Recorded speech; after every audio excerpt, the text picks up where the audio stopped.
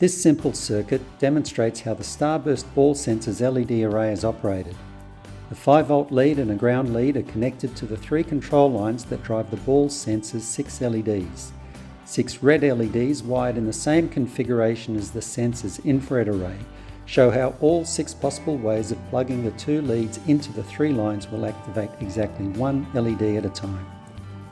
The voltmeter monitors the output corresponding to the amount of infrared light received by a photodiode. Power is provided by a standard 5-volt USB wall adapter. Pushing the wire rod sideways moves an optical mask in front of the activated LED, causing an eclipse-like shadow to move across the face of the photodiode. A current proportional to the received illumination is generated. The simple current to voltage circuit produces the voltage read by the voltmeter. Notice how stable the voltage is when not touching the sensor.